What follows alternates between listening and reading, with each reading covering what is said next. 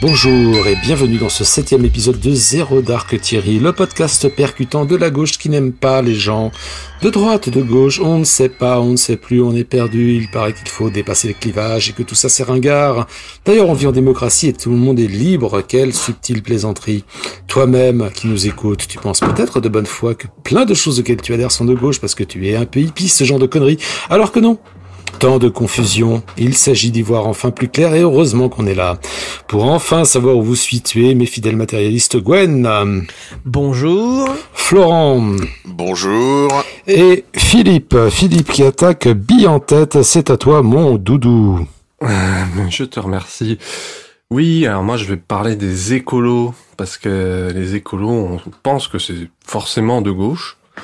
Mais bon, les écolos de gauche, c'est un petit peu comme les cheveux de Jean Castex. On sait que ça existe, mais on n'en voit pas beaucoup, en fait. Je me sens attaqué. Je dis Jean Castex. Je ne vise personne d'autre. Ouais, c'est ça, ouais. Vas-y, continue. Alors, j'ai abordé la préparation de ces chroniques avec une certaine jubilation, parce que quelque part, ça questionne mon propre parcours. Parce que si j'en suis là aujourd'hui dans mes idées, donc en gros, pas hyper fan du capitalisme, c'est quand même via l'écologie. Alors je sais, c'est pas habituel, mais en fait, c'est quand j'étais gamin, je me suis farci des tonnes de reportages sur le réchauffement climatique, et c'était le seul engagement, entre guillemets, que je pouvais avoir. Parce qu'à la maison, la politique, c'était tabou. Fallait pas en parler. Et d'ailleurs, quand il y avait Robert Hue à la télé, on devait zapper. Alors j'ai jamais su si c'est parce qu'il était communiste ou à cause de la barbe à collier, mais je sais pas. Alors, est-ce que je peux t'interrompre avec une anecdote personnelle? Avant, nous étions abonnés dans ma famille quand j'étais petit à Pif Gadget. Pif Gadget, qui est, je le rappelle, était le dernier grand magazine prolétarien.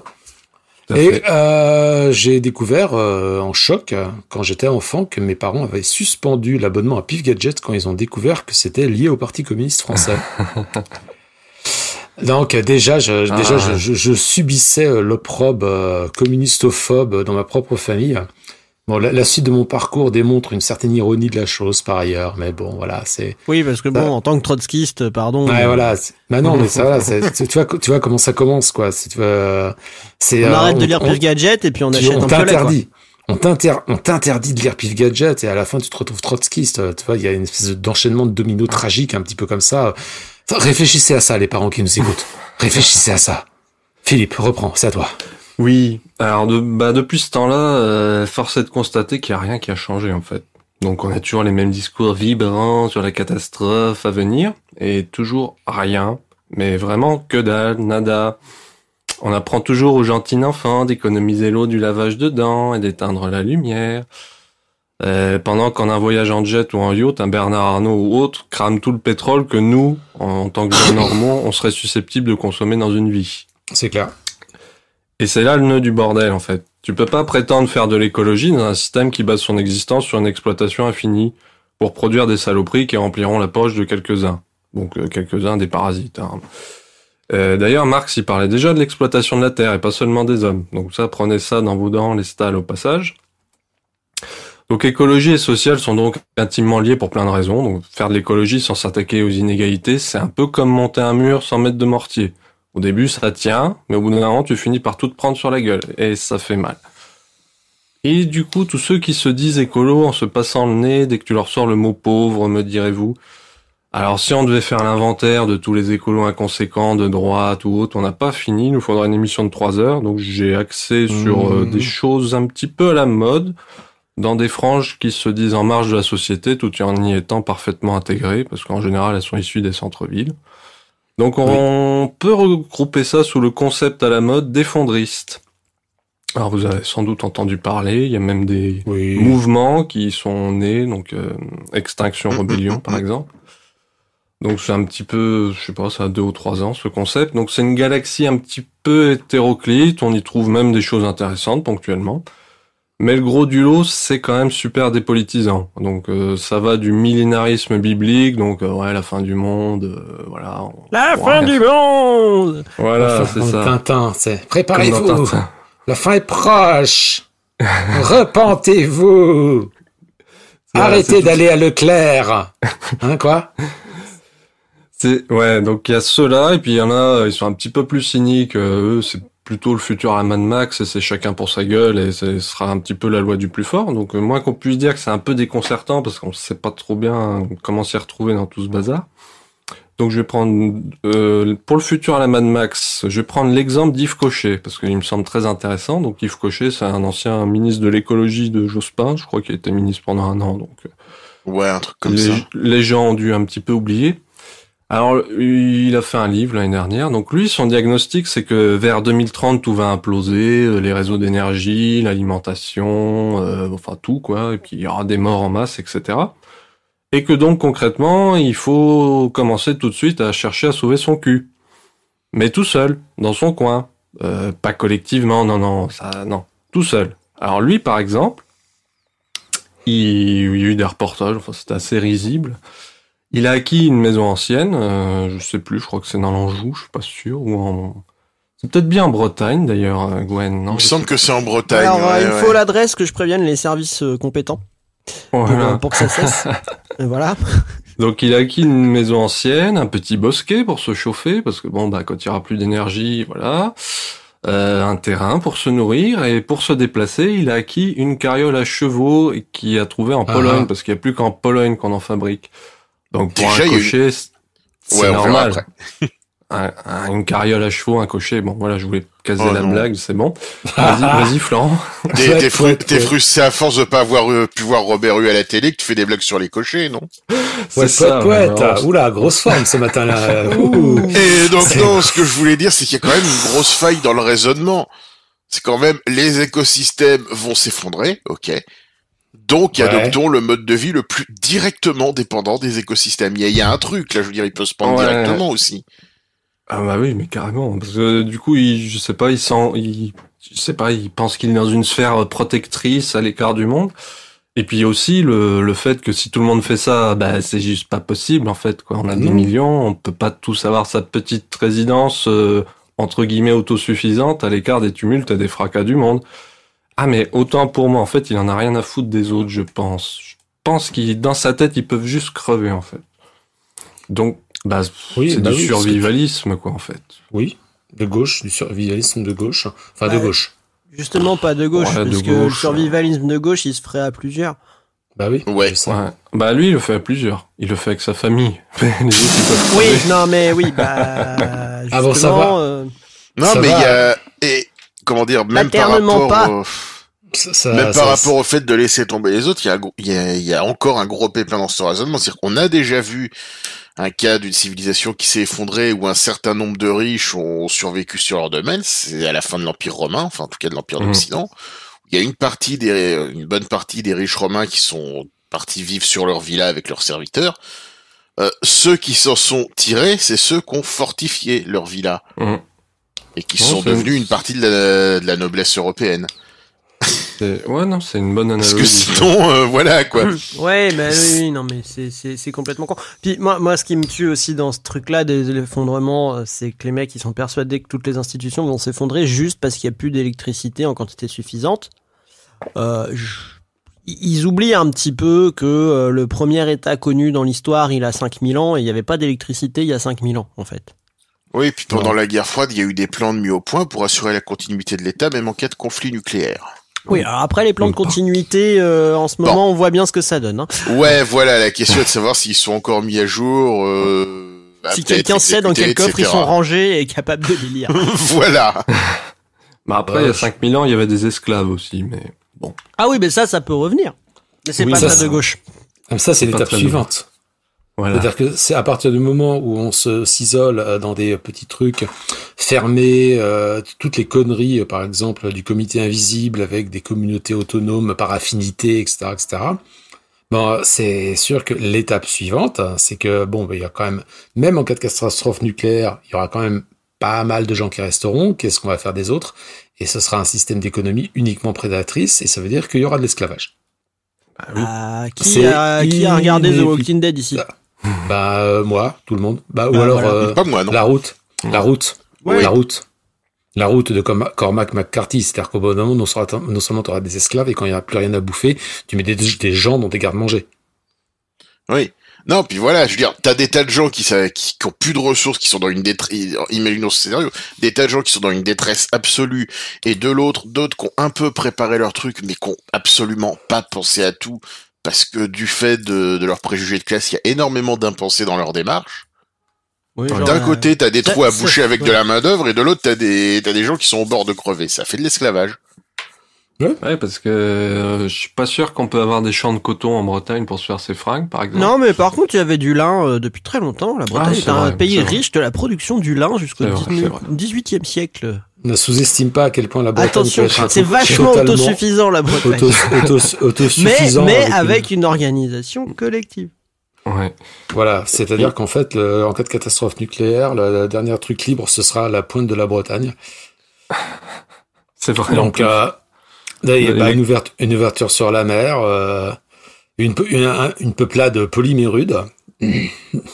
C'est vrai, en plus j'ai vu une carte en cas d'accident nucléaire, quels sont les seuls territoires qui seraient épargnés. Ils prenaient le rayon des centrales en fait. Oui, comme il n'y en a pas. Même chez, même chez les conspis les plus illuminés, il y en a un certain nombre qui disent, depuis les prophéties de, je sais plus comment elle s'appelle, Marie-Julie Jaïni, que la Bretagne sera épargnée parce que ils sont restés cathos, machin. Oui, alors par contre, juste un truc, c'est pas une raison pour venir. Ah non.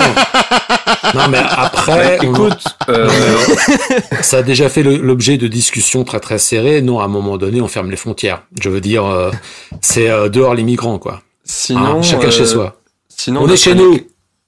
D'après les cartes, il y a la Corse qui serait épargnée aussi. Mais là, c'est peut-être un peu extrême. Non, c'est parce qu'ils l'oublient, la Corse. Ils l'oublient peut-être, oui. Donc, non, c'est les Corses, ils auront pas voulu de la catastrophe et la catastrophe aura eu peur. C'est ça. Non, nous ne voulons pas de ça. Donc oui, Philippe, continue. Alors donc ça c'était le survivalisme en tenue de druide avec la serpe bien insérée au cas où il y aurait des barbares qui débarqueraient dans ton bois sacré. Et à côté de ça, il y a des gens qui sont un petit peu plus new age, on va dire. Ils ont le même diagnostic, tout va se casser la gueule. Ils ont sans doute raison, si on suit aux études scientifiques qui se multiplient. Et là, la solution, alors c'est un peu plus subtil que le repli strictement sur soi, c'est que chacun y prenne sa part. Ah, c'est horrible ça. Alors ça c'est... Non, par pitié. Voilà, c'est Pierre Rabhi et son mouvement quasi-sectaire des colibris. Donc, je suis gentil quand je dis quasi, parce que bon... Donc vous connaissez l'anecdote du colibri. Alors moi j'ai bien aimé l'année dernière parce que Florent m'a raconté la fin de l'anecdote. Oui. Racontons la fin d'anecdote. Vas-y, Florent. Attends, commence le début d'anecdote, des fois qu'il y en ait encore qui connaissent pas, on sait jamais. Voilà, donc c'est en gros, la forêt amazonienne qui est en flammes et tout, et puis là, t'as un colibri qui fait des allers-retours avec de l'eau dans son bec, et puis je sais plus, il y a quelle bestiole qui lui demande, mais qu'est-ce que tu fais? C'est foutu, t'arriveras pas à éteindre l'incendie. Il dit, non, mais j'y prends ma part. Et donc là, vas-y, Florent, la fin. La fin, c'est que la forêt crame quand même, et tous les animaux meurent, y compris le colibri, parce que c'est sa part, mais sa part a pas suffi. Voilà. C'est ça. J'adore la morale du truc. En fait. Voilà. Mais généralement, ils racontent pas la fin. Comment baser tout un mouvement politique sur un vieux contresens? C'est ça. Un vieux contresens tout pourri. Oui, mais moi, je fais ma part. Non, tu fais pas ta part, tu fais rien du tout. Ça sert à rien du tout. Non, et puis la question est toujours la même, c'est faire sa part de quoi? La morale de l'histoire complète, c'est que ce con de colibri, au lieu de faire sa part avec sa petite goutte d'eau à la con, aurait mieux fait d'utiliser son énergie à piquer le cul des plus gros animaux qui auraient pu faire une plus grosse part. Voilà. Ou se barrer peut-être, mais bon. Non, c'est pas très de gauche se barrer quand même non plus. Non, se barrer c'est pas de gauche.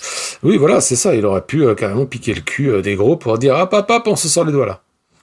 Au lieu de je fais ma part, cette espèce d'individualisme avec des fonds extrêmement narcissiques, de vouloir prétendre sans arrêt que oui, mais moi je fais quelque chose en faisant les choses les plus insignifiantes possibles, est très difficile à supporter, y compris dans le cadre de discussions privées qu'on a tous régulièrement avec. Et ça, c'est dur. Ouais. C'est dur, c'est dur. Après, là où c'est compliqué. Là où c'est compliqué, c'est que du point de vue psychologique, c'est le truc le plus logique, entre guillemets, puisque tu as l'impression d'avoir un truc tangible à portée de ta main pour répondre à des problèmes qui sont rapportés au quotidien, encore vachement abstraits pour nous en France, tu vois. Même si le réchauffement climatique, on voit ce que c'est dans l'idée, on le subit pas, enfin, en tout cas, on voit pas qu'on le subit de façon extrême, quoi. On n'a pas de famine, on n'a pas, enfin voilà. Et du coup, c'est compliqué de passer à l'échelle, je pense. D'une manière qui a l'air concrète. Tu vois, à la limite, si tu prends, si tu prends le syndicalisme, tu peux faire le lien entre t'aides un collègue et puis vous gagnez un truc pour toute la boîte et puis une grève générale. Tu vois, tu as une continuité qui peut faire du sens même dans des trucs un peu concrets. Là, c'est plus compliqué quand même. Ouais. Je pense qu'il y a aussi un volet, c'est pour faire face à l'impuissance parce que c'est un truc qui nous dépasse. Donc du coup, tu te dis, je vais faire un petit truc comme ça, j'agis d'une certaine façon. Parce que c'est tellement énorme le truc. Voilà. Donc je pense que c'est faire aussi n'importe quoi, mais faire quelque chose. Voilà, c'est une façon aussi. C'est plutôt sain, je pense, de pas devenir dépressif. Bon après, si c'est pour faire la morale aux autres en disant oui, tu ne recycles pas tes déchets, qui de toute façon ne seront pas recyclés. C'est ça. Quand tu mets les trucs dans la poubelle jaune, les déchets ne sont pas forcément recyclés. Et des fois, ils vont en Chine ou je sais pas quoi pour être enfouis. Donc, après, il faut, je pense, le truc, on va passer pour des gros stalles. Bon, on l'est à moitié, mais il y a faire sa part, ça va dans un ensemble aussi. C'est-à-dire que, vous n'étiez pas effectivement, au courant, éteindre la lumière, non, ils étaient pas au courant. Enfin, ils étaient pas au courant. Je pense qu'ils sont Ouais, faut pas être complètement très subtil pour comprendre dès la première émission, genre dès le premier quart d'heure que on n'est pas c'est pas exactement Woodstock ici, donc bon. Voilà. Mais du coup, je pense qu'il faut pas opposer le fait de faire gaffe dans son usage individuel des ressources et le truc global. C'est juste que l'un ne remplace pas l'autre. Voilà. C'est que les deux vont ensemble. À la limite, s'habituer à être plus sobre parce qu'à un moment donné, il va falloir arrêter la production. C'est pas perdu, tu vois. Non, c'est clair. Et puis après, du moment que t'en connais les limites, mais justement, ces gens-là, ils pensent que ça fait tout. Donc, alors, ils vont te causer un petit peu permaculture et après, ça va dans les choses rigolotes. La biodynamie. Je sais pas si vous connaissez la biodynamie. J'en ai... Hélas, oui. Et tu touilles. Vaguement entendu parler, c'est... Alors, je vais vous donner deux petits exemples, parce que ça me fait tellement rire. Par exemple, la biodynamie, c'est garnir une corne de vache avec de la bouse de vache. Tu l'enterres dans le sol tout l'hiver. Et c'est censé féconder, fertiliser ton sol, en fait. Au printemps, ton sol, il est top, quoi. Mais ça marche ou... Non. Non, parce que bon, je sais pas, peut-être... écoute, je sais pas, à moins que la magie existe, mais non, ça marche pas. Mais il y a des reportages à la télé et les journalistes, ils trouvent ça super intéressant. C'est aussi, par exemple, tu fais ton purin d'ortie, et tu fais un vortex quand tu le mélanges. Tu as un vortex comme dans ton lavabo, là, tu vois, ça fait un écoulement. Sauf que faut faire attention. Faut que ça soit dans le sens de la rotation de la Terre pour être en harmonie avec celle-ci. Tu vois. Sinon, ton purin, il est pas bon. Non. Voilà. Non, il y a tout un tas de trucs comme ça. Qui a le temps pour ça? Qui a le temps? Je sais pas. Qui a le temps de faire du purin d'ortie, en vrai, dans le monde? Des gens qui tout en se croyant autonomes reposent encore beaucoup sur le travail des autres et auront besoin d'esclaves. Il va falloir, alors déjà il y a ça, et puis je pense qu'on oublie une dimension. Alors là, je m'excuse d'avance auprès des gens qui vont... Non, je m'excuse pas en fait. Il y a toute une partie des pratiques écolo qui sont la version 2021 du scrapbooking et des travaux manuels de loisirs qu'on fait le dimanche. Hein. Ouais. Et après, ça peut partir dans des trucs qui sont pas drôles. Là. Par contre, ça vient d'assez loin, donc du début du 20e. Ça vient d'Autriche, donc là tu te dis déjà, oula. Il était pas plutôt suisse, Steiner? Non, il était autrichien. Mais en Suisse, il a beaucoup de fans. Ouais. Oui. Et donc on parle de l'anthroposophie. Donc c'est une espèce de philosophie autour de l'humain. Et il y a notamment quelque chose qui ressemble beaucoup au fascisme, c'est que il est question que chacun de nous ait une place dans la société comme dans un corps humain. Donc forcément, la femme, c'est le ventre, hein. Donc là, je pense comme c'est étonnant. Voilà, on est dans du fascisme clair et net, mais c'est des trucs qui... Ça communique vachement avec tous ces milieux-là. Hein. De toute façon, dès qu'on parle de biologie en politique, ça pue la merde. Voilà, donc... Déjà. C'est du fascisme avec des nains sur la Lune. Oui, parce que Rudolf Steiner était persuadé que sur la Lune, il y avait toute une population de nains invisibles qui hurlaient en permanence en direction de la Terre. Ah bon? Oui. Mais qui es-tu pour juger Qui es-tu pour d'accord. Des nains invisibles qui hurlaient sur la Terre. Oui, et puis du coup, oui. Puis s'il y a des gens qui étaient encore un petit peu curieux des écoles Steiner, ou quand même pour le développement des enfants, peut-être que c'est intéressant parce que tu vois, il n'y a pas de miroir et puis on leur apprend une autre manière d'être au monde. Il y a certains de ses potes qui ont quand même créé la société ariosophique, qui est une organisation occultiste nazie en mode Tulé, machin, tout ça, tu vois. Voilà. On n'oubliera pas, puisqu'on est là-dedans, on n'oubliera pas au passage de noter les propos de Pierre Rabhi sur le mariage gay et sur l'homosexualité en général, parce qu'il n'aime pas l'homosexualité. Pas naturel. Parce que ce n'est pas naturel. Oui. Voilà, tu sais ce qui est naturel en revanche? La ceinture de sécurité non plus, c'est pas naturel. Non. Mais ce qui est plus naturel peut-être de leur point de vue, c'est le laboratoire pharmaceutique Velleda. Tu sais qui fait Velleda, c'est l'équivalent allemand de Boiron, qui fait des trucs anthroposophiques et homéopathiques, qui a mené des expérimentations pour des médicaments à Dachau. D'accord. C'est marrant, dès que t'as dit laboratoire allemand, je savais qu'on en viendrait là. Mais voilà, non, du coup, c'est vachement cool, l'anthroposophie, c'est vachement le respect de la nature, tout ça, cool. Tu vois. On va changer de sujet parce qu'on est encore sur les nazis. On peut pas s'en on peut pas ça. C'est notre dada. Le nazi est un peu notre dada à nous. On y revient un petit peu toujours avec une certaine tendresse. Donc, ce qui est un petit peu aussi super énervant, moi je trouve dans ça va me permettre d'introduire un petit peu, ça me permet d'introduire Florent. C'est parce que c'est les petites choses. Moi j'appelle ça le Philippe de l'hermisme ou le Vincent de l'hermisme. C'est-à-dire les petites choses ordinaires de tous les jours qui changent la vie. C'est insupportable. Je déteste ça. Sur France Inter. Voilà. J'appelle ça la microphilie. Alors pas le truc avec les cadavres, hein. J'ai dit la microphilie. La microphilie. D'ailleurs, on connaît tous des microphiles, hein. On fantasme faire du sexe avec des nains qui hurlent sur la Lune parce qu'on est non, c'est pas ça. Non, c'est les gens pour qui tout est confus. Gens pour qui tout ce qui est petit est gentil. Donc ici, ce qui nous intéresse, gentil, ça veut dire en gros humain, démocratique, personnalisé, gna. De gauche. Ce genre de conneries, quoi.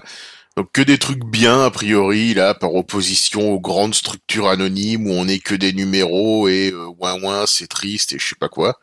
Enfin bon, on va essayer de voir ça un peu plus sérieusement. Déjà, le côté prétendument humain des petites structures. Qui a travaillé dans une petite entreprise ici? Moi. Il était humain, le patron? Oh, non. Ça se passait comment s'il l'était pas? Il était humain, mais les humains pouvant être de sacrés connards. Mais humain dans le sens humain sympa. Humain sympa. Je vais pas m'attarder sur le truc, parce qu'en plus c'était un truc très compliqué. Le gérant lui-même était correct, mais les gens qui possédaient l'argent, à savoir ses beaux-parents, ne l'étaient absolument pas. D'ailleurs, ils étaient de droite, hein. Quelle surprise. Et comment on fait quand c'est un gros pourri? Comment on s'organise dans une petite boîte, se syndiquer, tout ça? Comment on fait? Ouh là là, mais se syndiquer, mais ouf. Non, c'est le début du communisme, là, tu n'y penses pas? Ah oui, je me souviens d'un exemple, d'ailleurs, dans une charmante PME familiale, humaine et machin chose. Une camarade qui avait eu la bonne idée, non seulement de se syndiquer, mais aussi de parler de droit du travail à son petit patron si humain. Mais tu comprends, on est entre nous, c'est pas pareil. Non, mais là, le petit patron a été extrêmement humain. Bon, il s'est un peu échauffé, il lui a cassé un clavier sur la tête. Enfin, je suppose qu'il l'a cassé humainement. Mais elle a porté plainte parce que ça. Oui, il y a eu des suites.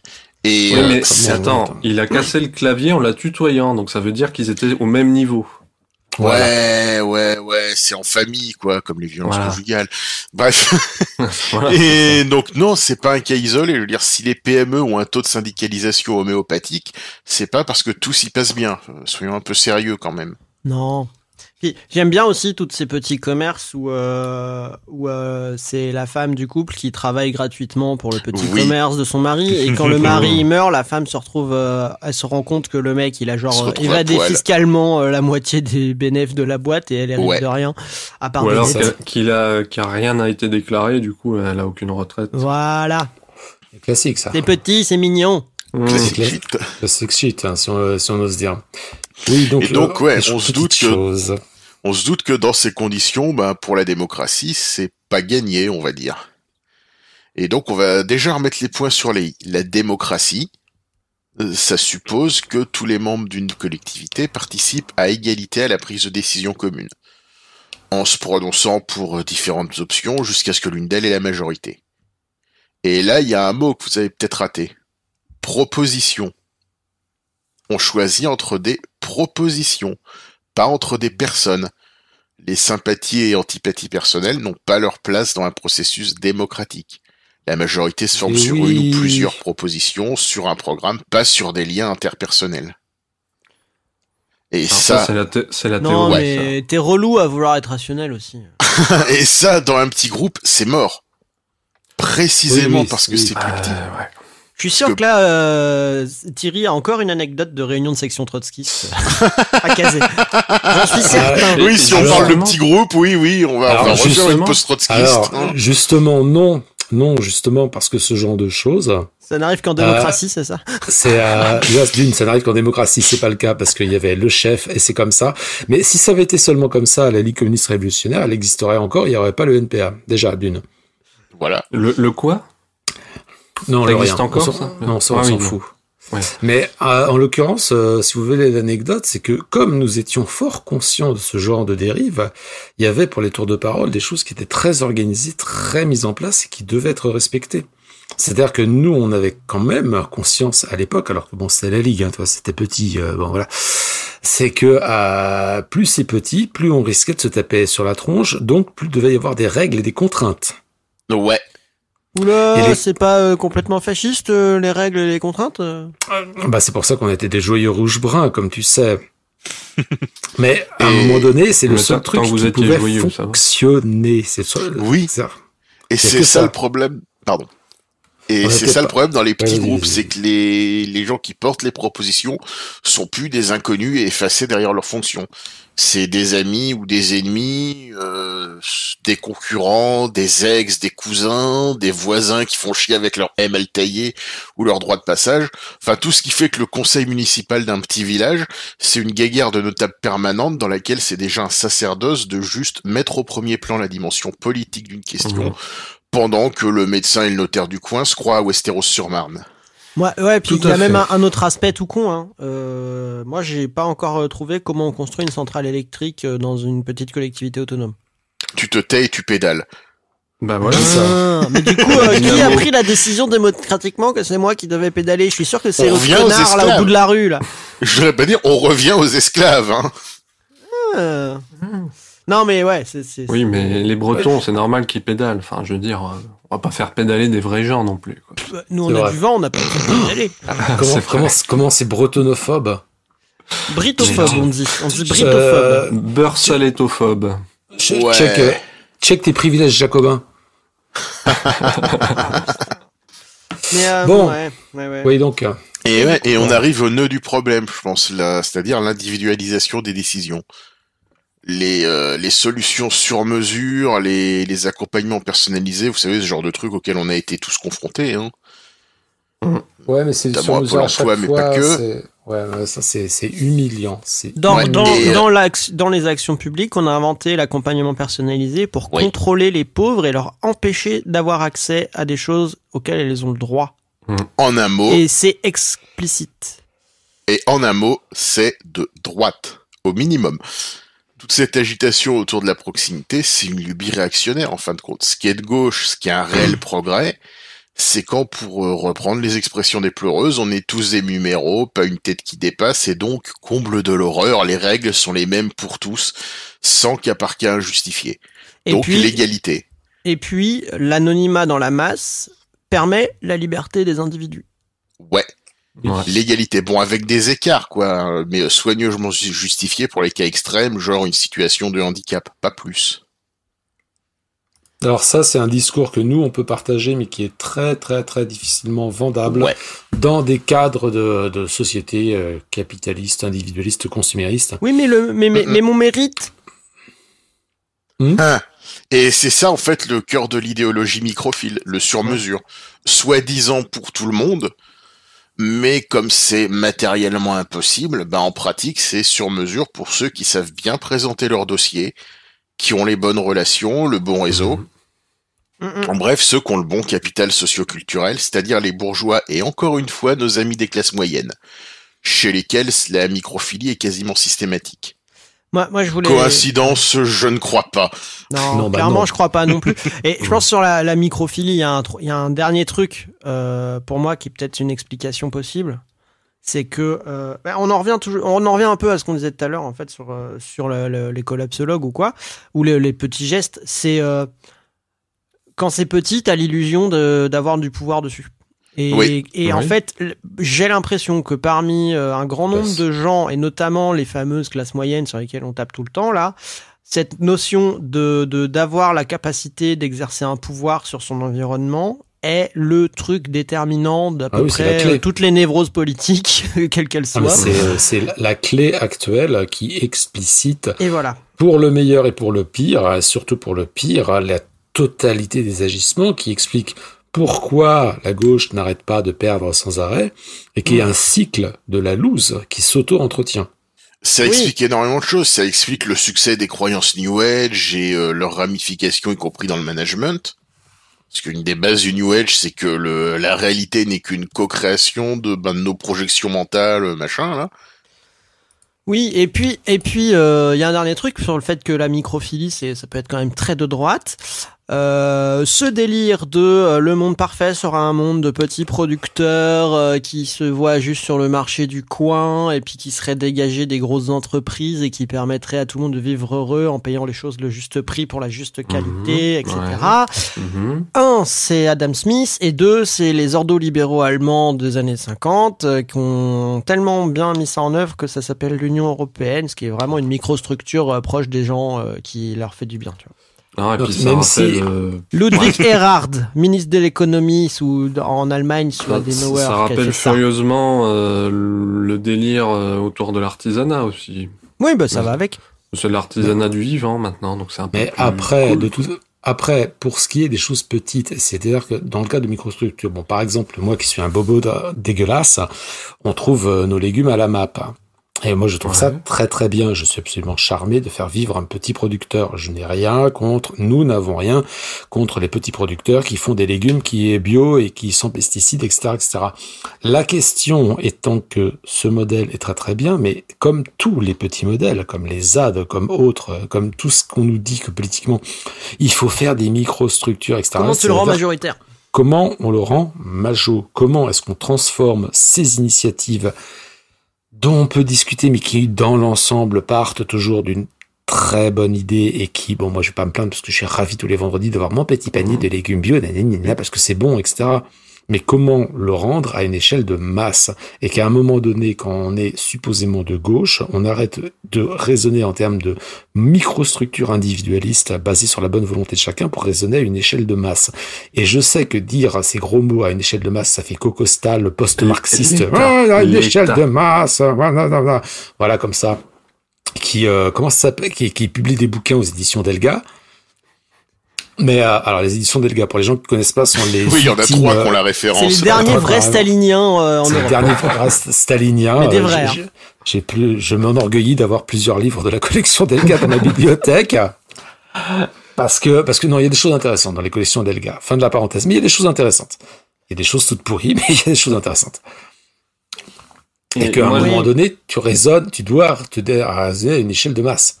Mais c'est un raisonnement qui est coincé dans un monde de droite aussi, parce que tu penses que tu peux faire des choses que petites, parce que tu n'as le pouvoir actuellement de faire des choses que petites, et que tout ce qui est en tout cas, tu as l'impression d'eux, parce que tu oublies toujours les exemples qui contredisent, genre, je sais pas, la Sécu.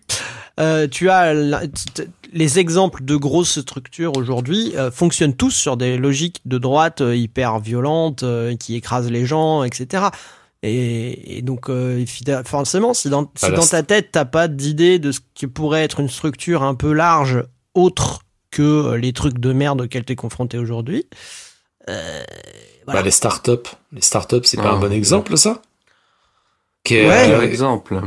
C'est l'aboutissement de la petite structure où on est un petit groupe. Alors oui et non, parce qu'elle a vocation à devenir grosse à chaque fois. La startup. Dans le délire startup, le but c'est de grossir le plus vite. Ah bah non, la plupart échouent. Ah non, mais il y a un truc dans le... Le but de la startup n'est pas de grossir. Le but de la startup est de se faire racheter.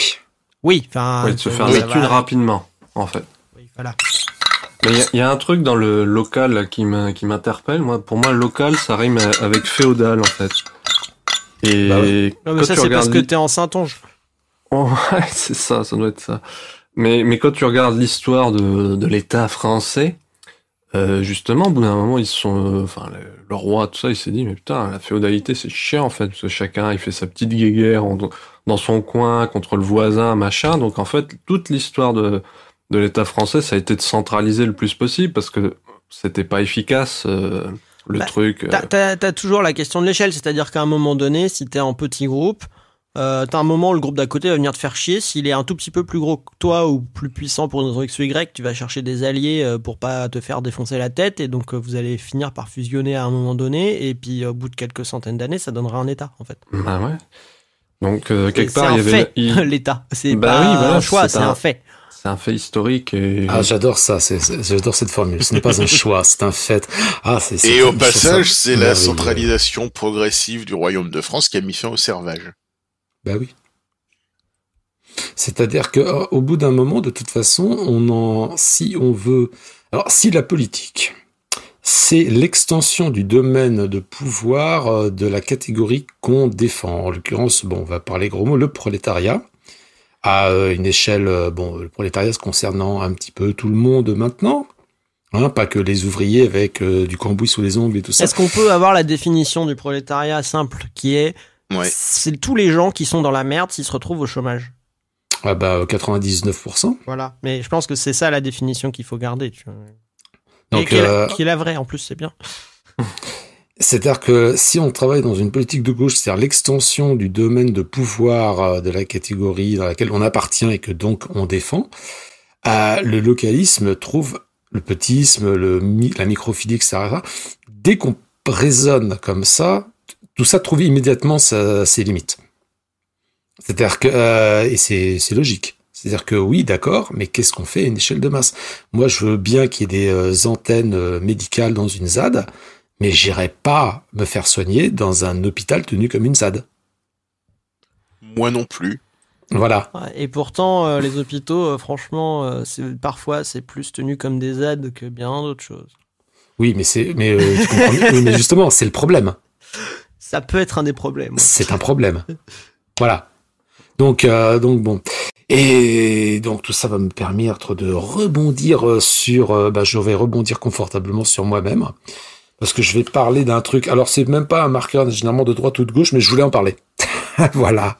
Donc, et puis c'est moi le chef. Je fais ce que je veux. Voilà.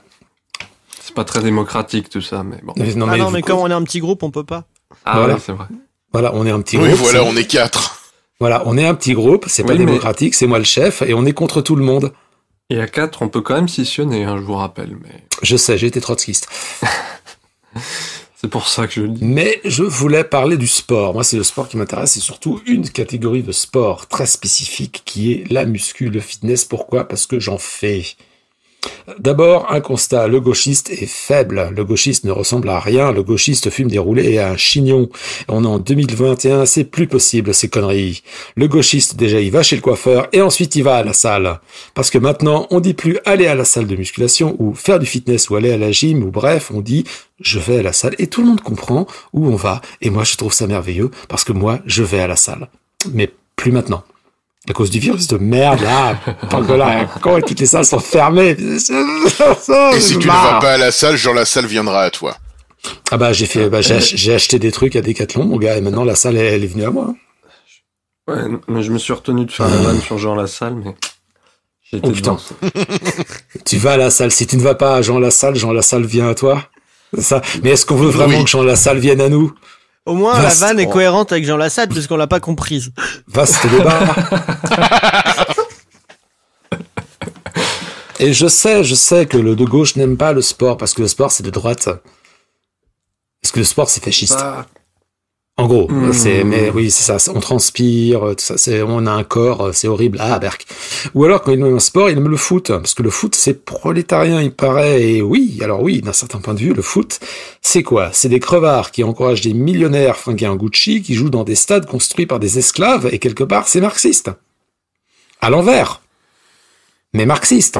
Ouais, c'est pas... Quelque part. J'entends un soupir de désapprobation de Philippe. Oh non, Mais moi, j'aime pas le foot. J'ai une histoire compliquée avec le foot, mais très belle et pas très belle en même temps. Donc je sais pas. Sublime. On dit pas belle, très belle. On dit sublime et tragique. Voilà, sublime et tragique, tout à fait. Donc. Mais moi, j'aime pas le foot. J'aime pas le foot. Ça m'emmerde. Le foot, je comprends pas. Après, c'est complètement subjectif parce que je piche pas pourquoi ils courent comme des cons au foot. Et d'un autre point de vue, on comprend pas pourquoi des gens s'échinent à soulever des trucs trop lourds pour eux. Je peux comprendre. Je peux me mettre à la place. C'est pas fou. Je comprends ça. Je sais qu'il y a une sorte de gap mental et politique là-dessus. Et c'est à ce moment-là... Parce que le foot et la muscu ont deux objectifs différents. Tu te fais de la muscu pour avoir mal et tu joues au foot pour gagner. Oui, effectivement, la muscu, il n'y a rien à gagner. Bah non. À part des claquages. Si, tu te compares par rapport aux autres. À part des tendinites. Si, du narcissisme, et tu te fais des tendinites. Voilà. Oui. Mais à un moment donné, c'est ça le rapport. Quand je dis ça, c'est toujours un petit peu embêtant parce que tu fais quoi comme truc? Moi, je fais de la muscu et ça devient, mais alors, un truc ultra casse-couille quand ils discutent avec des de gauche parce qu'ils veulent m'expliquer la vie. Genre, ils vont m'expliquer que payer pour souffrir en soulevant des trucs trop lourds, quelque part, tu vois, c'est se torturer en ne prenant plaisir. C'est vachement judéo-chrétien, tu vois. Ah putain, j'y avais jamais pensé. Waouh, merci. J'avais pas du tout pigé la dynamique rédemptrice du truc. Waouh, merci mec. C'est un peu comme le militantisme en fait. Oui, c'est ça. Voilà. En fait, tu paies pour souffrir et puis en plus, au bout du truc, il y a quoi? Tu ne sais même plus. Mais tu continues à le faire parce que tu soulèves des trucs trop lourds pour toi quelque part aussi. C'est ça. Ah, il y en a certains, ils soulèvent des trucs tellement trop lourds pour eux, mon Dieu. Ah, c'est clair. Et alors, moi, ce que je préfère, c'est qu'on m'explique que, t'y vas trop, en fait, t'y vas trop à la muscu, t'en fais trop, t'es trop accro, c'est malsain. Et systématiquement, les gens qui me disent ça, c'est les mêmes qui m'accusent d'être accro à la muscu pour rien, qui rateraient jamais un apéro. Mais alors, attention, ils sont pas à 18h. Maintenant, il y a plus d'apéro, il y a plus de salle. Putain, quel monde de merde.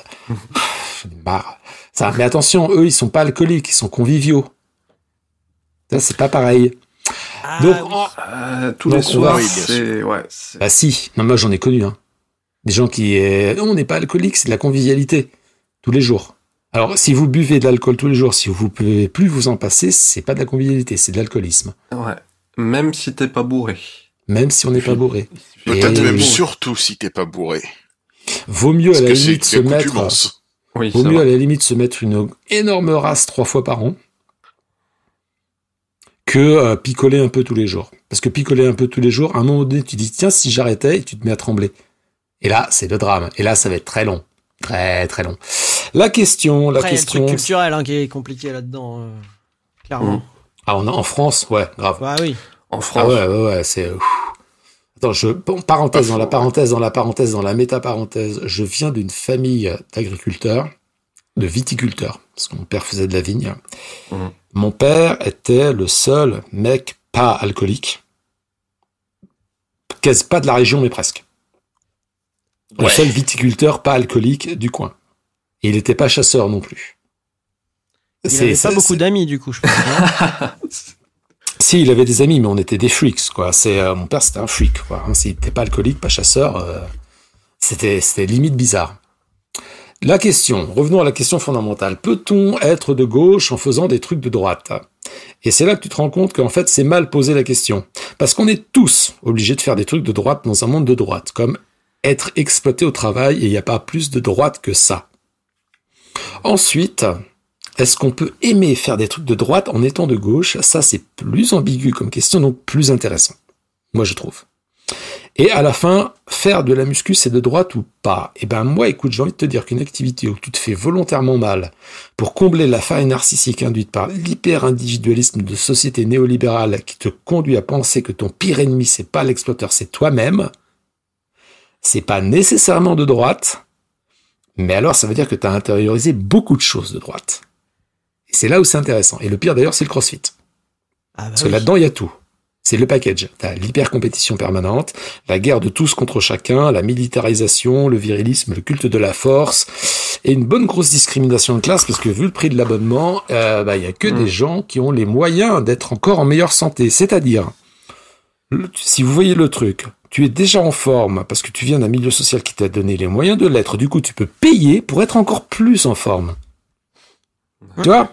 Tu m'étonnes, ça se prend pour des guerriers grecs là-dedans. La Grèce antique, c'est formidable, époque démocratique avec une économie basée sur l'esclavage. On revient encore à l'esclavage. Les fameux Spartiates, c'était des nobles. Oui. Mais c'est là donc, que... Et moi, j'adore... Ouais, non, vas-y. Non, mais le foot, juste pour anecdote, une licence de foot dans un petit club de merdique de village paumé, c'est 50 € à l'année. Voilà. Ah oui, alors 50 € à l'année, c'est-à-dire, oui, pour un truc de CrossFit, c'est 50 € par mois. Ouais. Voire par semaine. Par semaine. Et en plus, moi, j'adore ça. J'adore faire du CrossFit, hein. J'adore faire ce genre de conneries. Bah, oui. Mais après, t'as le sport et t'as le contexte dans lequel tu le fais aussi. Hein. Moi, je vois, pour faire beaucoup de sport en asso, les associés. Enfin, déjà, je trouve le sport en salle où tu viens en tant que consommateur d'un équipement lucratif, déjà, c'est un peu plus de droite. Oui. Tout le sport associatif, alors qui peut être très de droite aussi, ça dépend comment c'est géré, et qu'il y a dans les assos. Il y a quand même plus d'ouverture, quoi. Ça dépend comment ton asso elle fonctionne, parce que quand même une asso c'est censé être démocratique à la base, tu vois. En tout cas, ça peut l'être si les gens qui sont dedans décident que ça l'est. Et puis c'est pas cher en général. Enfin, je sais pas, le rapport au truc est pas le même, quoi. Même dans les sports individuels pour le coup. Il y a aussi un autre truc sur lequel je suis en train de réfléchir. C'est-à-dire qu'en fait, en discutant avec vous et en lisant ma chronique, j'ai réfléchi à un autre truc parce que je pense que dire c'est droite ou de gauche, en l'occurrence, c'est une bonne question, mais c'est pas le fond politique du truc pour lequel, en fait, il y a autant de gens qui vont dans des salles. Pourquoi ça s'est démocratisé à fond et tu vois des millions, parce que maintenant il y a des millions d'adhérents, je pense qu'il y a 5 millions de personnes en France qui sont abonnés à une salle de muscu et qui y vont, parce qu'il y a un truc d'engagement qui est très très fort là-dedans. C'est le fond politique du truc, c'est l'anxiété chronique. Parce que petit shot d'endorphine, hop. Parce que faire de la muscu, ça consiste en quoi? Ça consiste à répéter les mêmes trucs au même endroit avec en général des gens qu'on connaît dans des trucs. C'est un truc qui est ultra dans la rassurance. Et pas que dans la rassurance narcissique avec des miroirs partout, tu t'observes les biceps gonflés. C'est la rassurance parce que répéter sans arrêt les mêmes choses dans des cadres précis, dans un monde où il n'y a plus de cadre du tout, où il n'y a plus de contraintes, où tout le monde est libre, on est uberisé à mort, et que cette absence de contrainte générale est une forme de dictature néolibérale absolument effroyable, il y a cet espace dans lequel tu te rassures. Et le succès du fitness, c'est d'abord, pour moi, mon analyse c'est ça, c'est d'abord l'anxiété chronique de nos sociétés, c'est un milieu de réassurance. C'est un milieu où enfin, au-delà du shot d'endorphine qui joue énormément, c'est qu'il y a un endroit où tu as du sens. Tu fais quelque chose, tu soulèves des trucs, tu fais 5 x 10, t'es fatigué à la fin, ça produit du résultat, t'as des muscles et t'es content. La salle, par rapport au sport en asso, il n'y a pas d'AG. Il n'y a pas d'assemblée générale de l'asso où tout le monde s'engueule à un moment et dans la plupart des assos de sport, on s'engueule pas trop à l'AG. Hein. Ouais. C'est plus on boit un coup et puis on dit bon, tout le monde est d'accord pour reconduire le bureau. Ouais, ok, c'est cool. Mais c'est pas l'image que beaucoup de gens en ont. Oui, mais quand tu cherches à te rassurer, une AG, c'est même une AG pépère d'assaut de pétanque, c'est pas génial. Non, mais, ouais. Après, en asso, même en dehors des AG, dans la pratique. Parce qu'en vrai, tu vois, une AG c'est 15 jours par an, la plupart des gens ils viennent même pas de toute façon. Dans le sport en asso, t'es obligé d'interagir avec les gens avec qui tu pratiques, parce que bon, déjà souvent les assos c'est des assos de sport co, et même quand c'est des sports individuels, bah c'est des cours collectifs, tu vois, tout le monde se retrouve à la même heure pour faire les trucs ensemble, etc. Enfin, je sais pas, les cours de boxe ou des trucs comme ça. Et du coup, t'as une interaction. Moi, j'ai l'impression, tu me rectifies Thierry si je dis des conneries, mais que un des trucs qui est vraiment différent à la salle, c'est que si tu ne veux pas parler à qui que ce soit quand tu y vas pour te rassurer en faisant tes mouvements mécaniques, tu peux ne parler à personne. Oui. Et ça fait du bien. C'est-à-dire que dans un truc où même, on parlait d'engueulades comme ça, mais même alors c'est pas une association, mais des réunions de copropriété, ou qui peuvent être en conflit pour des histoires de tuyaux, trucs comme ça. Ou alors au boulot, où les interactions peuvent être des trucs complètement stressants. C'est un monde dans une petite bulle confortable où tu peux tu peux décider de ne parler à personne et personne ne t'en voudra parce que tout le monde comprend qu'on est dans la même galère. Et c'est de la rassurance. C'est de la rassurance pure, là. Mais ouais, je rebondirais. Moi, je trouve ça intéressant, l'idée d'anxiété, parce que ça rejoint un petit peu le truc qu'on disait tout à l'heure, l'écologie, les petits gestes. En fait, c'est que objectivement, le monde est merdique, et t'as besoin d'avoir une petite part de pouvoir quelque part, d'avoir l'impression d'agir sur ton réel, quoi. Oui. Et quelque part, agir sur son corps, sur sa santé, bon, bah, voilà, tu te dis, bon, bah, c'est le truc le plus immédiatement réel que tu peux faire. Voilà, je suis pas complètement dépendant de mon environnement, alors que si, en fait, mais je pense que ça rassure dans ce sens-là, oui, parce que le monde est angoissant. Ouais. Voilà. Puis moi, je me dis sur les interactions, il y a quand même un autre truc, parce que ça me fait tiquer aussi, tu vois, ce truc, quand tu fais de la muscu, t'es tout seul, en fait. T'es vraiment tout seul, t'es concentré sur toi-même, à faire des trucs pour toi-même, et t'es tout seul. Depuis un certain nombre d'années, la quantité d'interactions sociales sous toutes les formes, hein, tu vois, que ce soit en vrai, que ce soit par des médias interposés, réseaux sociaux, téléphone, texto, messagerie, tout ce que tu veux, a juste été démultipliée comme jamais dans l'histoire de l'humanité avant. Enfin, on a une... Enfin, je sais pas dans quel terme le dire, mais par écran interposé aussi. Aussi, oui. Mais même hors des écrans, tu vois, la vie dans les villes, dans les machins. On n'a jamais eu autant d'interactions sociales par heure qu'aujourd'hui dans l'histoire humaine, en fait. Et à un moment, je pense que c'est fatigant. C'est épuisant. Il y a une forme de nostalgie plus ou moins inconsciente de l'époque où tu passais ta journée à tracer un sillon. Je le dirais pas comme ça. Mais... D'une certaine façon, quoi. Dire, t'es sur ton truc, c'est crevant, mais personne te fait chier, quoi. T'as des nostalgies bizarres, hein, Florent, quand même. Bah, attendez, la muscu, creuser son sillon, c'est ça, hein. Oui, littéralement, il y a des machines qui sont inspirées d'outils agricoles, quand même. C'est vrai, mais...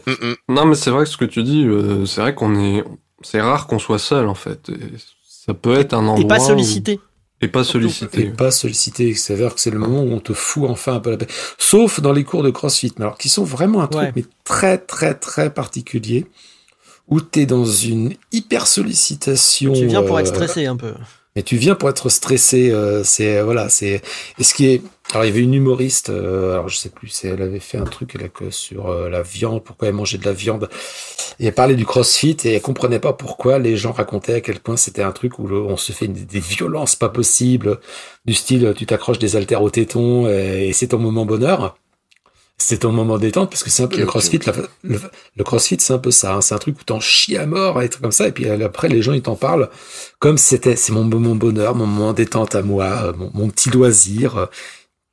Comme si c'était un truc cool du scrapbooking et t'étais pas en train de vomir du sang, quoi. Combien de gens, combien de pratiquants de BDSM parmi les crossfitters? Il y en a pas, je dirais. Il y en a pas parce que tout passe dans ce genre de truc. Ouais, c'est peut-être une variante. Mais c'est une variante, ouais, je pense. C'est plus valorisant parce que tu peux le faire en public et tu peux faire des trucs Instagram. Bon, admettre que t'aimes bien être en vinyle en latex à 4 pattes sur Instagram, c'est... T'es pas allé beaucoup sur Instagram, Thierry, je crois. Ou alors, Gwen, nous n'allons pas sur les mêmes Instagram, peut-être. Ça doit être ça, je pense plutôt, oui.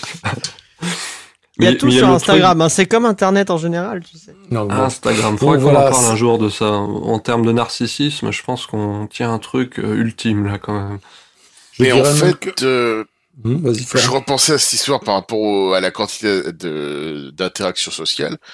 Je rappelle que les boîtes comme Uber ou plus anciennement comme Mediapost, c'est-à-dire la boîte où on distribue des prospectus dans les boîtes aux lettres, un des trucs qu'ils vendent à leurs employés, qu'ils soient employés réels ou employés déguisés, c'est la liberté. Et pour avoir bossé à Mediapost, je peux vous dire que ce qu'on comprend tous quand le patron nous dit liberté dans le travail, et qu'on dit nous-mêmes quand on y bosse et qu'on se dit oui mais au moins nous on est libre, bah c'est que quand tu distribues tes pubs, ben t'as personne sur le dos. Ah oui, t'es libre. Tout seul avec ton chariot de pub, tu distribues ton truc sur ton secteur et voilà. C'était un de mes grands kiffs à l'époque où pour un de mes boulots d'étudiant, j'étais livreur en scooter. C'était les trajets.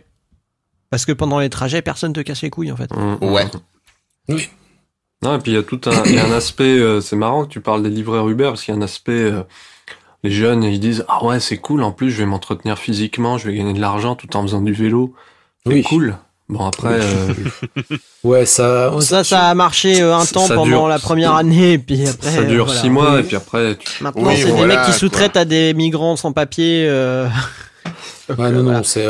Mediapost, si tu te dis les prospectus, tu te dis, ouais, bon, 1 tonne de prospectus par semaine, ça fait de la muscu. Tu commences, ça va, c'est l'été, l'automne, tout ça, il fait encore bon, t'arrives à l'hiver, tu te rends compte que, ben oui, mais non, quoi. Non, c'est pas viable comme truc.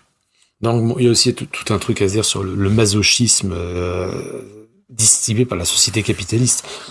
La société capitaliste fabrique des masochistes, quoi. Enfin, fabrique des sadiques et des masochistes. Voilà, mais ne fabrique que ça. Une société capitaliste ne peut pas, par définition, fabriquer des gens équilibrés parce qu'elle n'en a pas besoin. Bah si, nous, regarde. Non, nous, on est nous, on a du recul, mais on n'est pas équilibré. C'est pas pareil. Bon. Et on ne peut pas. On est équilibré dans un certain sens, on va dire. On est conscient du déséquilibre. Oui. Voilà. On est conscient du truc et on se dit ouais, on va peut-être pas truc. Même si moi je fais toujours de la muscu, la salle me manque, j'en chiale tous les jours. Mais je suis voilà, c'était ma conclusion de ma chronique parce qu'on est parti dans des trucs, on est revenu.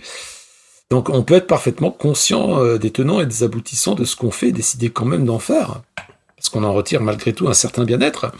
Et puis je voudrais finir sur une petite pique, parce que franchement, il y a les gens Kevin de Nanterre qui parlent sans arrêt de la nécessité de la violence révolutionnaire. Tu vois leur tronche, ils sont pas capables de se secourir 100 mètres sans mourir, ça va bien à la fin, quoi. Chaque fois que quelqu'un me parle de la nécessité de la violence politique, de la nécessité de la violence révolutionnaire, le premier réflexe que j'ai, c'est de voir sa tronche. Voir sa tronche. C'est dans 98% des cas, la personne est à l'évidence pas capable de courir 100 mètres. C'est emmerdant parce que les flics en face, eux, oui. Et voilà. Ouais. Ce qui est un petit peu l'inconvénient du truc. Ils sont un peu équipés aussi. Voilà, c'est-à-dire qu'à un moment donné, c'est oui, la violence révolutionnaire, la violence politique, c'est nécessaire, etc., etc.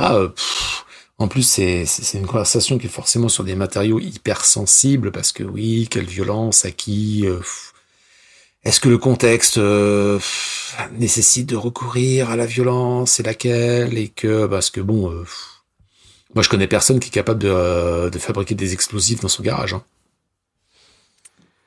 Ça doit exister, mais non, mais ou alors tu fais comme on n'a pas le budget pour un procès, donc je vais rien dire. Ouais, voilà. Décidément. Hein. Ou alors tu fais comme les mecs de l'IRA au tout début, c'est-à-dire que tu commences à faire des explosifs dans ton garage en n'ayant pas la moindre idée de ce que tu fais, et tu fais péter ton garage. La science expérimentale. Parce que ça, c'est arrivé quand même. Il y a des mecs, bon bah voilà, on va fabriquer du nitrate fuel. Et ça marche. Il fabriquait du nitrate fuel dans son garage et il a fait sauter sa maison. Petit ange parti trop tôt.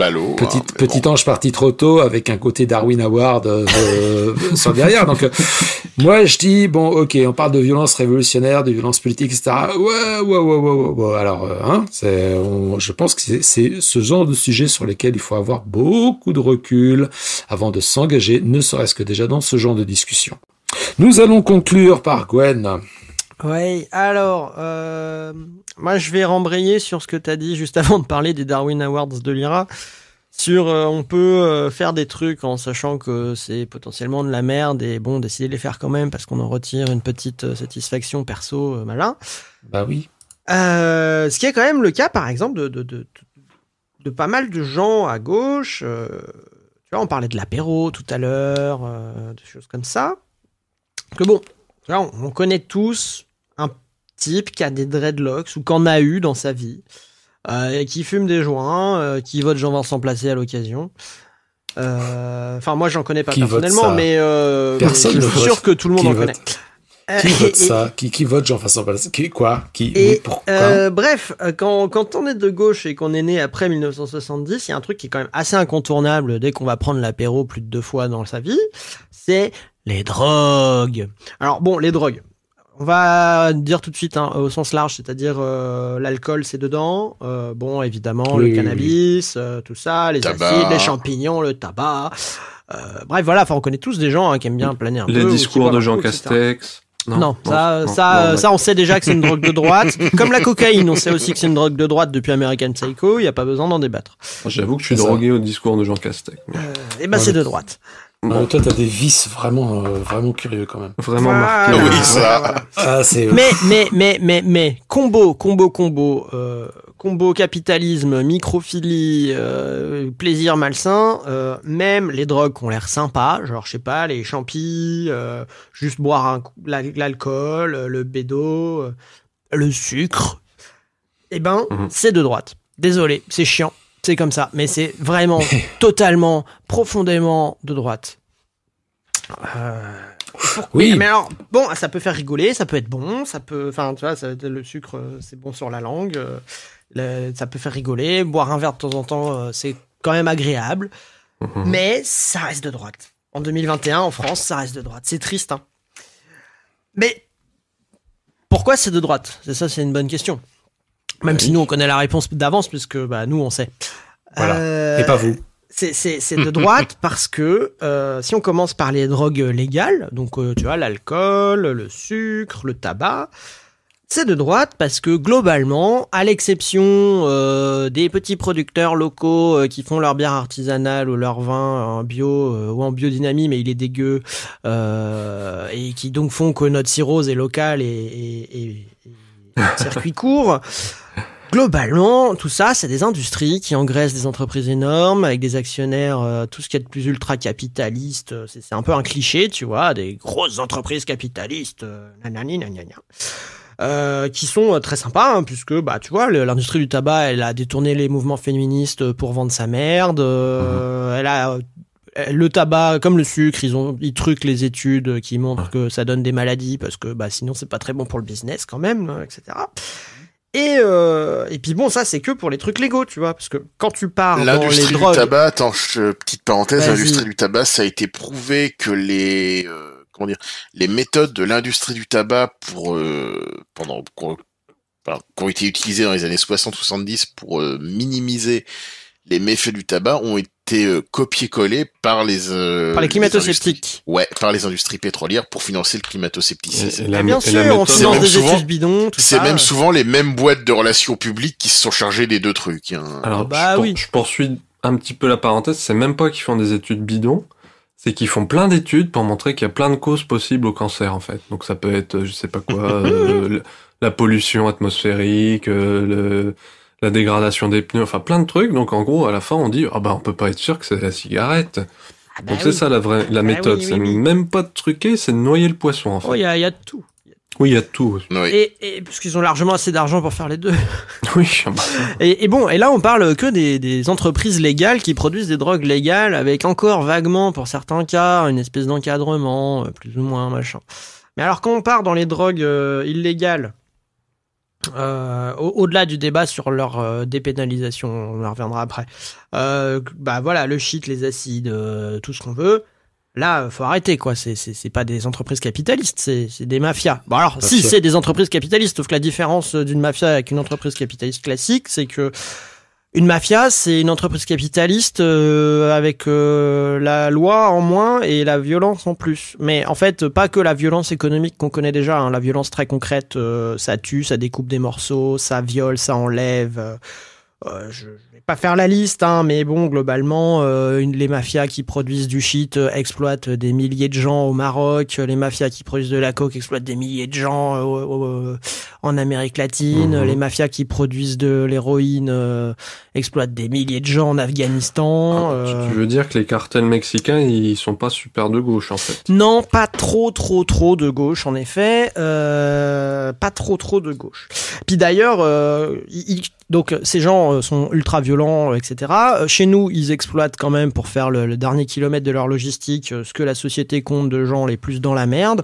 Donc, alors on a l'image du petit dealer de cité, mais lui, c'est même pas le pire. Hein. On a des cas où les mafias de trafic mettent le grappin sur des mineurs isolés migrants sans papier, seuls, pour les obliger à trafiquer, parce que comme ça, les mecs, ils ont pas de papier, ils ont aucune défense s'ils se font choper, donc c'est encore plus simple. Limite, ils parlent pas trop français, donc ils peuvent même pas balancer s'ils se font choper par les flics, parce qu'en fait, ils sont tellement paumés que voilà. Tout ça, c'est des faits réels. Hein. Je l'invente pas. Je le tiens de gens qui travaillent sur le terrain. Voilà. Nous te croyons. Donc, c'est des industries tout à fait sympathiques et qui aussi sont vachement adorent les gens de gauche, hein, parce que, par exemple, en Amérique latine, les cartels divers et variés, ils aiment bien buter les gens qui les gênent. Bon, pas de bol, hein, souvent c'est des syndicalistes, des écolos, des gauchistes en général, sous toutes leurs variantes. D'ailleurs, souvent, les entreprises de drogue légale sous-traitent à ces cartels l'assassinat des syndicalistes un peu relous ou des écolos un peu relous. Hein. Coca-Cola est très coutumier du fait, par exemple. Donc, Non, voilà, c'est vachement... c'est vachement divertissant, quoi. Le taux d'homicide en Colombie ou au Mexique, il est sympa. Ouais. Qui sont quasi systématiquement liés au Mexique, il y a des régions où le taux d'homicide est à peu près équivalent à ce qu'il y a en Syrie depuis la guerre civile. Oui, le Mexique, c'est un très long cartel, sujet très compliqué, parce que les cartels, c'est un état parallèle, quoi, et il y a une guerre, en fait, entre les cartels et l'état officiel, et c'est la grosse merde. C'est une féodalité. Et voilà, et bref, quand on achète de la drogue, on enrichit ces gens. Ce qui est quand même assez fondamentalement de droite. Alors oui, encore, il y a les circuits courts, je fais pousser ma bœuf dans mon jardin, nanana. Ok. Ah, c'est vrai, j'avais pas pensé à ça. Si c'est pas de droite par l'économie, il y a quand même plein d'autres raisons pour lesquelles c'est de droite. Par exemple, moi j'ai toujours eu du mal, même en y réfléchissant autour d'une bière ou deux, parce qu'on a tous nos contradictions, j'ai toujours eu du mal à comprendre comment on peut, quand on milite pour l'émancipation, la liberté des gens, le déploiement de leur plein potentiel en tant qu'individu dans une société harmonieuse, j'ai toujours eu du mal à comprendre comment on peut faire la promotion de substances dont la définition et l'usage principal est de s'aliéner à soi-même. Alors qu'on en fait des grands discours sur l'aliénation capitaliste, et après on va aller consommer des trucs qui font qu'on sait plus comment on s'appelle, et puis le lendemain on se rappelle pas de ce qu'on a fait, tu vois.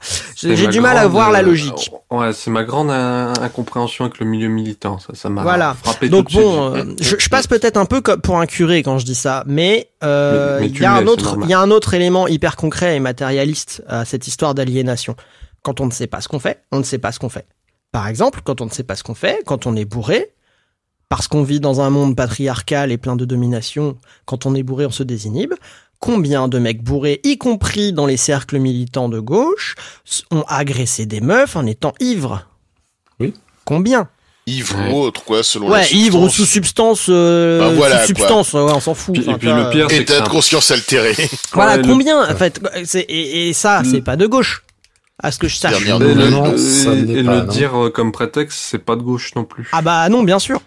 C'est bien sûr. Mais j'étais bourré. Bah non, c'est pire. Oui, voilà, tu t'es mis dans une position où tu savais que tu ne pourrais pas gérer le fait d'être un mec dans une société qui pousse les mecs à agresser les femmes, en fait. Voilà, bravo, très belle conscience des enjeux de pouvoir dans la société actuelle. Bref, avec tout ça, je pense que globalement, je serai plus jamais invité en soirée, hein. Donc, je vais m'arrêter là. Mais quand même, pour conclure, avant de vous laisser de rajouter plein de trucs ultra moralisateurs, moi,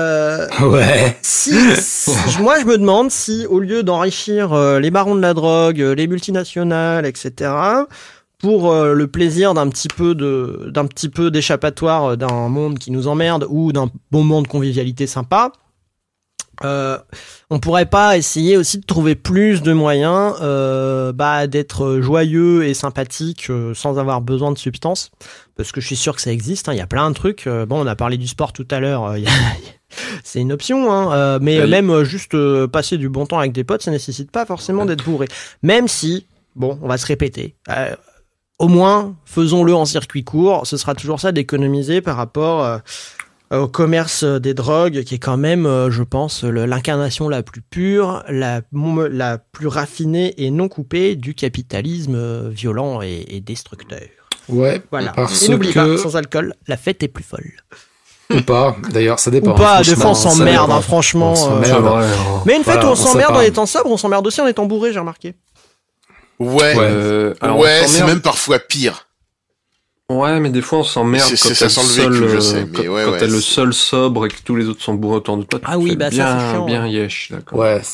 Non, en fait, le truc, ça va dans deux directions. C'est-à-dire, bon, alors, tout achat de drogue, y compris, entre guillemets, douce, même une barrette de shit, tout achat de drogue, cocaïne, etc., y compris dans des usages, entre guillemets, récréatifs, ça, est directement filer du pognon à ce qui se fait de pire dans la catégorie de la brutalité de l'exploitation capitaliste, qui sont des mafias et des cartels, qui prennent du coup tellement d'importance, qui sont des États parallèles.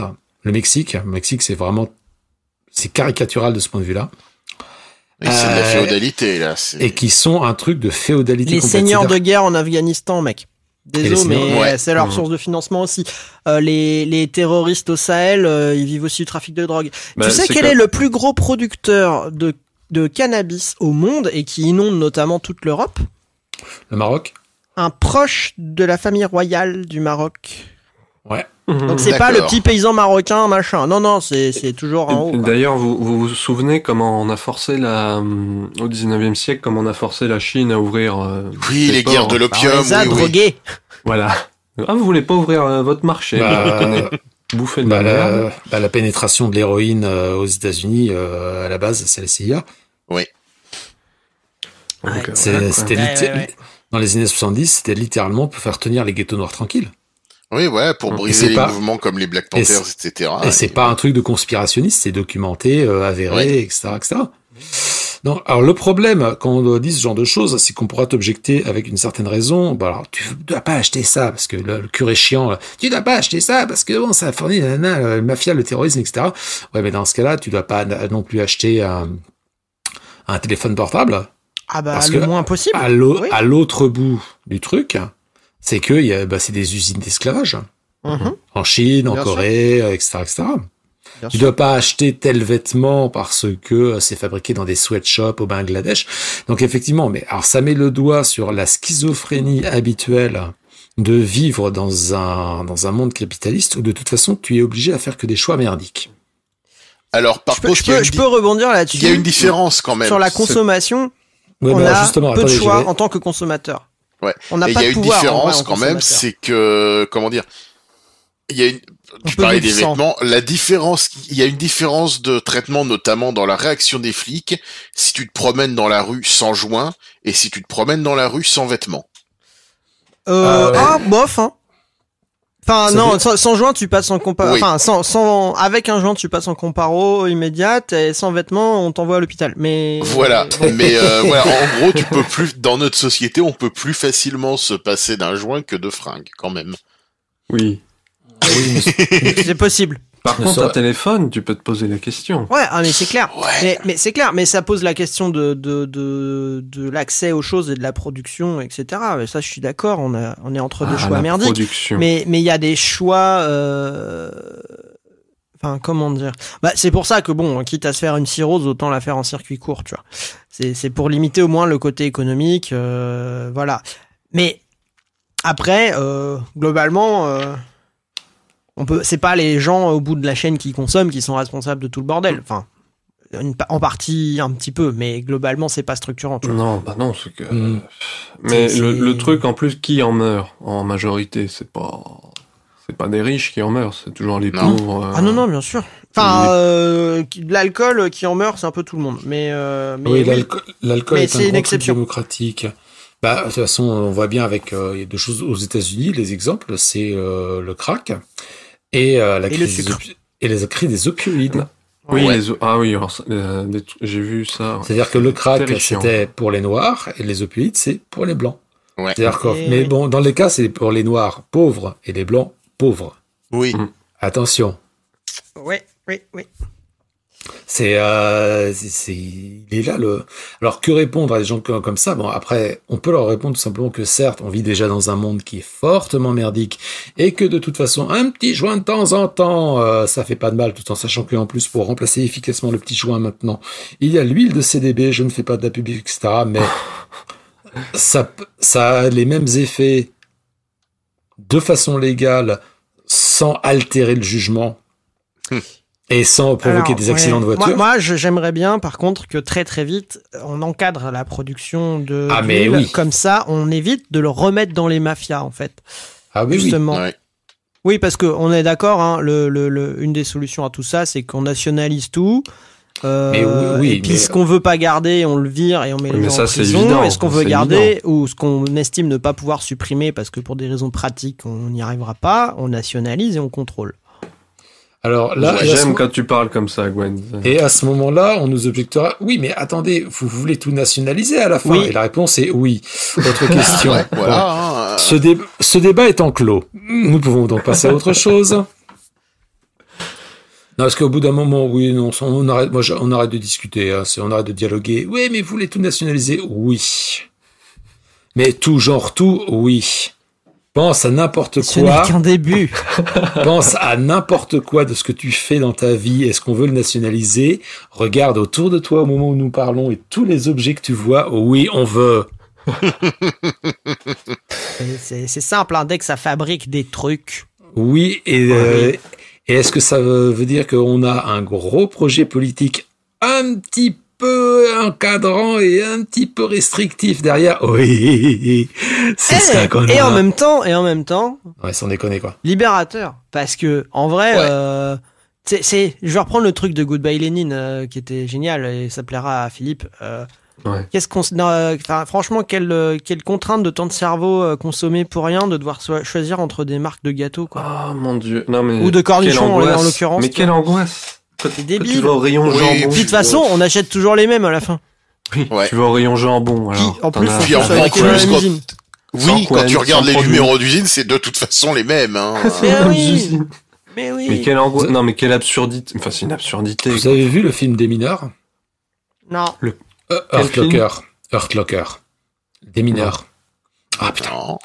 De Catherine Bigelow, c'est l'histoire d'un type dans la vie. Il est démineur en Irak. Kaboum. Donc, autant vous dire que c'est un film où il y a un peu de suspense, c'est un peu stressant quand même. Et donc, on suit les pérégrinations de ce monsieur qui est soldat de l'armée américaine dans ses rapports un peu compliqués avec la population locale et dans le fait qu'il doit déminer des trucs. Et il y a des scènes où c'est vraiment flippant comme boulot, etc. Et donc, à un moment donné, le type est démobilisé. Il revient dans sa famille, il est complètement décadré par rapport à tout, qu'il a vécu dans des niveaux de stress incroyables et que à un moment donné, sa meuf lui dit d'aller faire les courses, d'aller chercher des céréales. Et il va dans un supermarché. Alors, le mec, il a connu Bagdad, le déminage, la guerre, il a vu des gens mourir, ses amis mourir, etc. Et il se retrouve à pousser son petit caddie comme ça. Et à un moment donné, t'as un plan de coupe, il est devant un mur de céréales. Et la tête qu'il fait à ce moment-là, c'est que... il pète un boulon, il stresse. Et là, non, mais il est interdit parce qu'il dit, tu penses à ramener des céréales, et là, il est devant le truc d'hyper-consommation ridicule, qui est d'autant plus une espèce de contraste effroyable avec ce qu'il a vécu la semaine d'avant. Et que son cerveau frise complètement parce que tout ça est absurde. Et la suite et la fin du film, c'est que il se réengage et il préfère aller déminer des trucs en Irak tellement tout ça n'a plus de sens. Que choisir des céréales.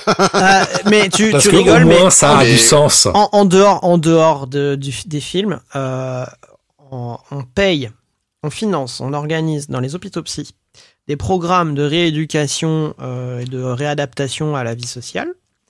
dont un des principaux thèmes est réussir à faire ses courses. Ouais, pas étonnant. Pour les gens qui ont des pathologies psy un peu compliquées ou qui ont été hospitalisés longtemps, etc.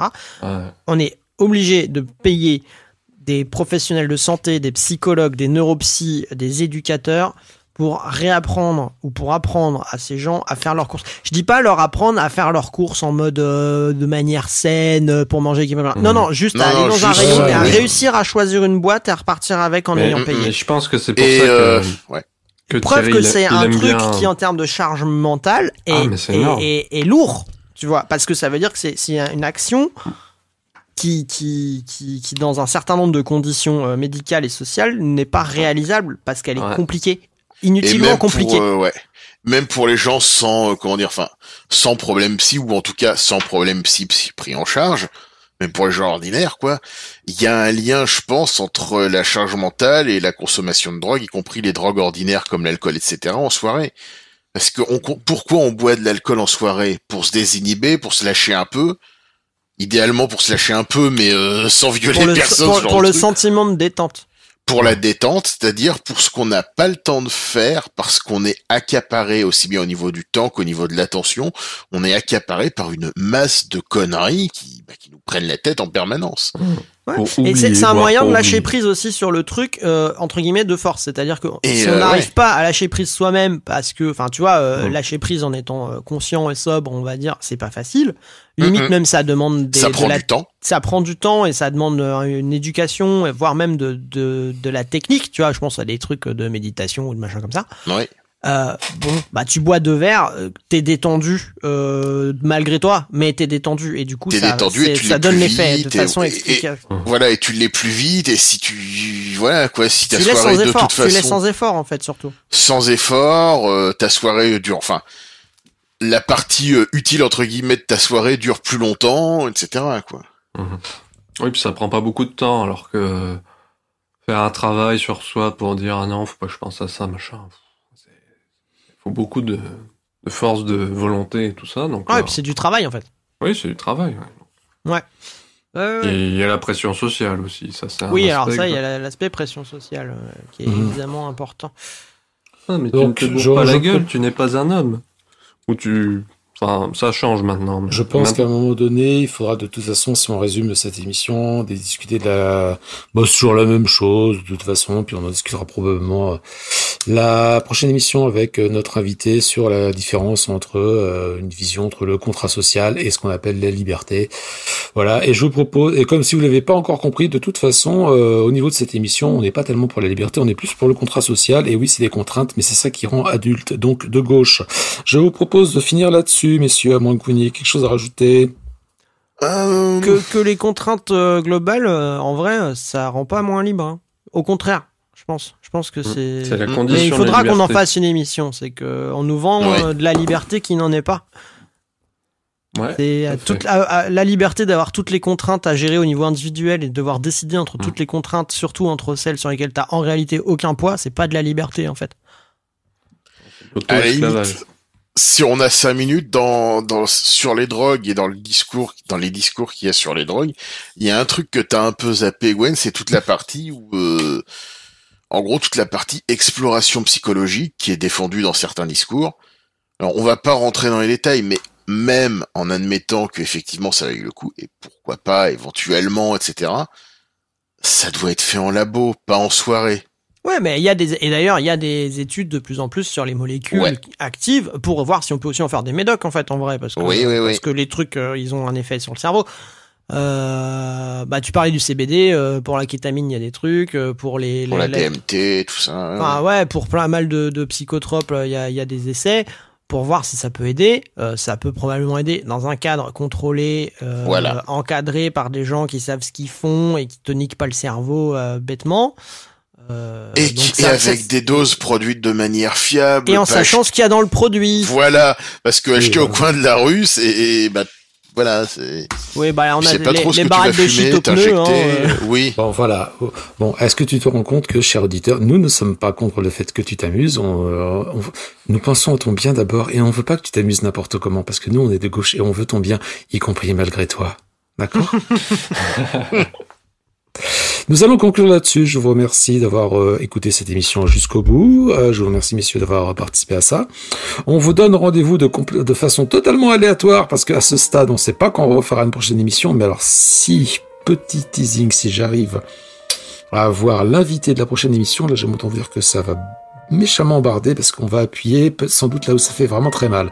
Mais vous en saurez plus peut-être un jour si l'émission continue parce que ce stade on ne sait plus. Donc bon, c'était Zéro Dark Thierry, l'émission qui veut du bien malgré vous et n'oubliez pas, nous avons raison et pas vous. Allez, salut.